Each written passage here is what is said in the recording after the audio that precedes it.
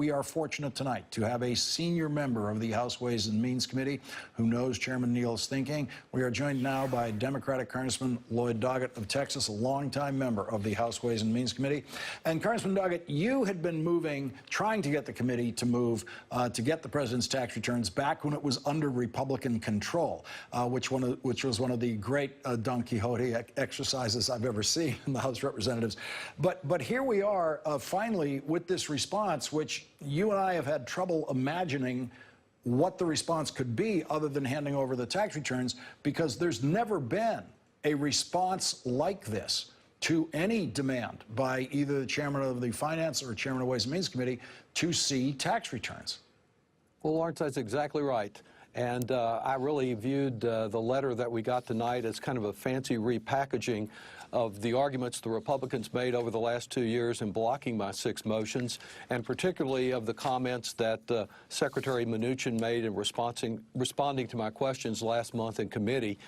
You know, I thought you once again broke some very important news here on Monday with your interview of former Secretary Larry Summers. Real question as to why Secretary Mnuchin was sending any letter at all, because he wasn't asked on this. The Internal Revenue Service Commissioner, according to Secretary Summers, long-standing delegation where we don't have the political official at the top of the Treasury Department dealing with these individual tax matters. And so I see Secretary Mnuchin's letter as really a justification for his interfering with the important work of the IRS Commissioner, just as Donald Trump seems to be interfering. We've got his lawyers at the White House, his personal lawyers, the Attorney General, the Justice Department, the IRS lawyers, the Treasury lawyers, more lawyers than you can possibly count, all to advise on whether shall still means shall. Yeah, it's a simple one-sentence piece of the tax code. It's one of the, I mean, Congressman Doggett, you and I have read and you've written a lot of this tax code. Much of it is unintelligible to civilians. Right. This is not one of those.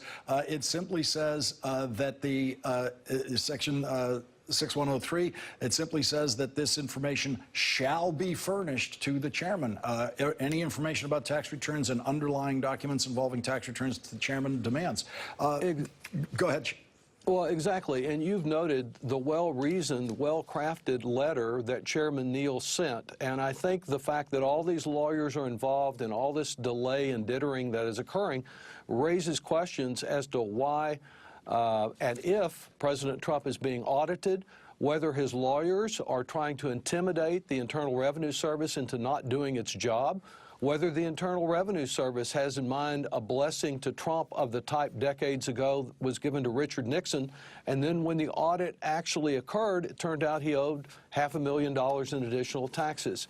We need, as a part of our responsibility to the people of the United States, that our tax system is being administered fairly for all, including the most powerful person in the country, to be able to examine that audit, how it's being done, and we need those tax returns to effectively do our job of accountability. The IRS Commissioner was testifying to the Senate Finance Committee today, where Ranking Member Wyden asked him about this situation, and he is aware. He referred to what we call the delegation order. That is, what I learned Monday night from former Treasury Secretary Summers is it's a formal written delegation in the Treasury Department that delegates all of this to the IRS Commissioner. Let's listen to Senator Wyden's exchange with the IRS Commissioner today about this. So you do agree with me that it is your job and yours alone to respond to Chairman Neal's request? I'm aware of the delegation order, as is Treasury, but you must be aware that we're a bureau of Treasury, and the Treasury, supervises us. Yeah, we know all that, but you can see there clearly, Congressman, that Commissioner Reddick doesn't know what to say about this delegation order. Well, that's right. Senator Wyden did a very effective job of examining him today. I think the commissioner knows it's his responsibility, but he has people who are already interfering in that work, and the biggest interference appears to be coming directly from the White House. The president views all these lawyers who have a responsibility to address the public trust as his personal lawyers combined with the personal lawyers influencing this, it's all about delaying, obstructing as much as possible. I think this is just another example of President Trump never feeling that he is up to the law the way the rest of us are. When his chief of staff said never, yes, never means never, and for Donald Trump, that's really the watchword of his administration. Never accountable, never willing to comply with the law the way other people do. And Congressman, we've never been in this posture before. We've never seen this law defied or obstructed in any kind of way. So absolutely. Chairman Neal's statement tonight was very careful. Obviously, I don't imagine you know what Chairman Neal's next step is.